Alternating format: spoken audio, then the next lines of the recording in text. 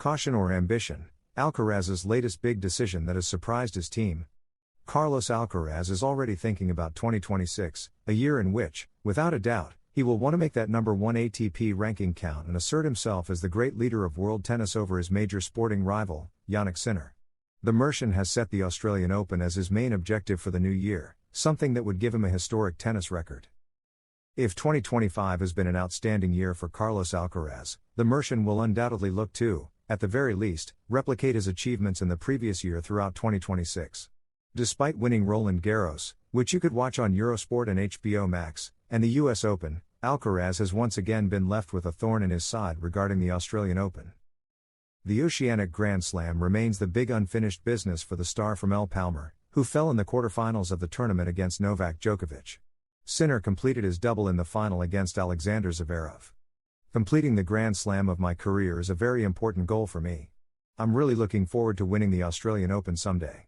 I'm very excited. The good thing is I start the season playing a Grand Slam right away, which could be tricky without match rhythm, Alcaraz said about that major 2026 objective in an interview with Tennis Channel. As Carlos Alcaraz says, completing that career Grand Slam, meaning having won each of the 4 Grand Slams at least once. The Mercian, who has won every Grand Slam twice, would only need the Australian Open. Additionally, the Spaniard would become the youngest ever to do it, joining a list that includes only Agassi, Federer, Nadal, and Djokovic. Even if Sinner were to win Roland Garros, the only one he's missing, he would no longer be the youngest to complete the feat. Alcaraz challenges Sinner heading into 2026. Carlos Alcaraz couldn't get past Jannik Sinner in the final of the ATP Finals held at the Enalpi Arena in Turin. The Spanish tennis player, who put in a solid performance overall, was left tasting bitter defeat after losing 7-6, 4, 7-5 to the man from San Candido, and he closed out 2025 as the world number 1 with 8 titles.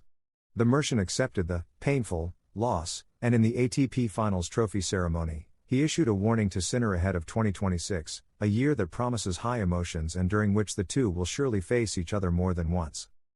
It's been a great year for Jannik, and now it's time to rest. I hope you're ready for next year because I will be too. Hopefully we can play more finals together, said the player from El Palmar shortly after thanking the Italian crowd for their support and respect throughout the final. Sinner decided to rest and prepare for 2026, a decision that sparked a lot of discussion. However, Jannik has hinted at a somewhat striking opinion regarding the staging of this tournament. Carlitos had already stated that, given the tightness of the calendar, it should be held less frequently, and Sinner has shared that view. Every player has their own opinion. With this calendar, it's hard for the best players from every country in the world to compete in the Davis Cup every year. What I would love to see in the future, is for the Davis Cup to be played every 2 years. This way you could schedule the semifinals at the beginning of the season and the final at the end of the year, somewhere, Jannik said. The Italian also hinted at some aspects he would like to see return from the old Davis Cup format. If the finals are in Bologna and there's an Australia versus United States match, of course there will be spectators. I'm not saying there won't be, but at the same time, why not turn it into the real Davis Cup? I've never had the chance to play the real Davis Cup, where you have to play away in Brazil or Argentina, with the whole stadium not necessarily against you, but supporting their country to death. I think that's the real Davis Cup, Sinner concluded. Carlos Alcaraz beats Sinner in another peculiar battle. The Mercian has beaten the Italian in a statistic that now even has its own honorary title among tennis lovers. No one disputes that 2025 has been Carlos Alcaraz's year. And no one disputes that if Jannik Sinner hadn't been suspended for 3 months due to doping, he could have spoiled the Mercian's extremely happy ending to the season. The Spanish tennis player has finished the year achieving his major goal, ending it at the top of the ATP ranking. But only 550 points separate them in the standings. While the star from El Palmar played 19 tournaments this year, the Italian played 18. Their different roadmaps and injuries led them to end the season with very similar numbers. And to top it off, Sinner defended his ATP Finals title, one of the trophies still missing from Alcaraz's cabinet. Thus, after analyzing all the statistics from both players this season, it was published that the Mercian has taken the honorary title of Baker of the Year. In other words, the player who recorded the most 6-0 and 6-1 sets across his matches. In tennis slang, a 6-0 is a bagel and a 6-1 is a breadstick. Well, Carlos has achieved 8 bagels, 6-0, and 27 breadsticks, 6-1. A total of 35 freshly baked sets, just one ahead of the Italian's 34.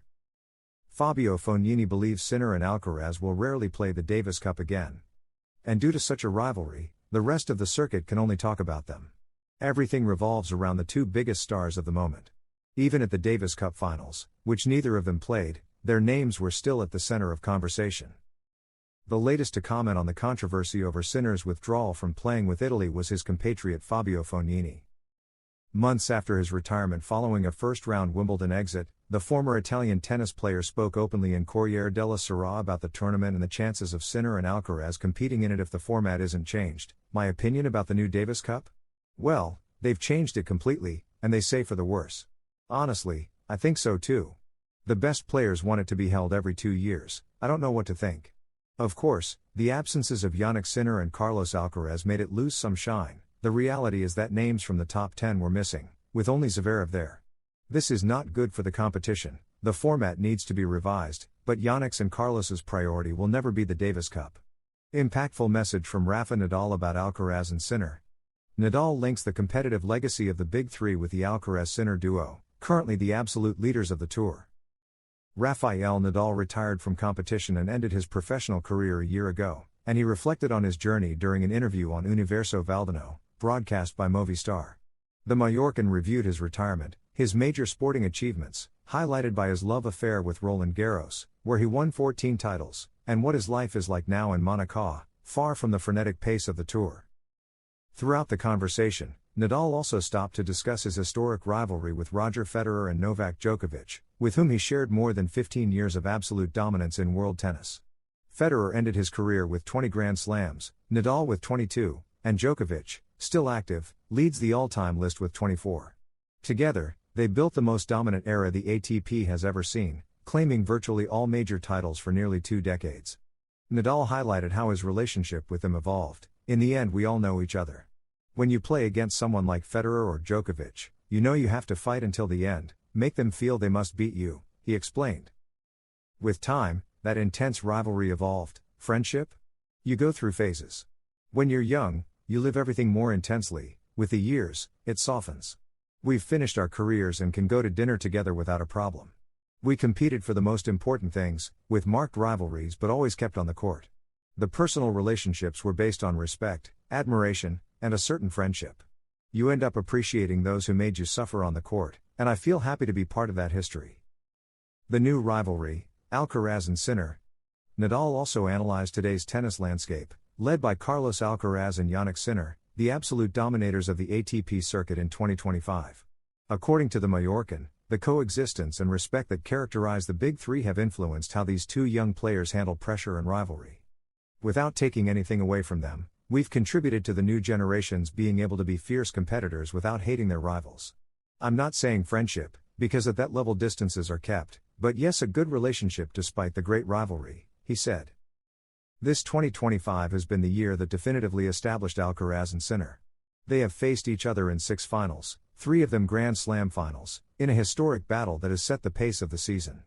The balance has tilted in favor of the Mercian with 4 titles, Rome Masters 1000, Roland Garros, Cincinnati, and the US Open, while Sinner won 2, Wimbledon and the ATP Finals. Alcaraz and Sinner respond and clarify their relationship.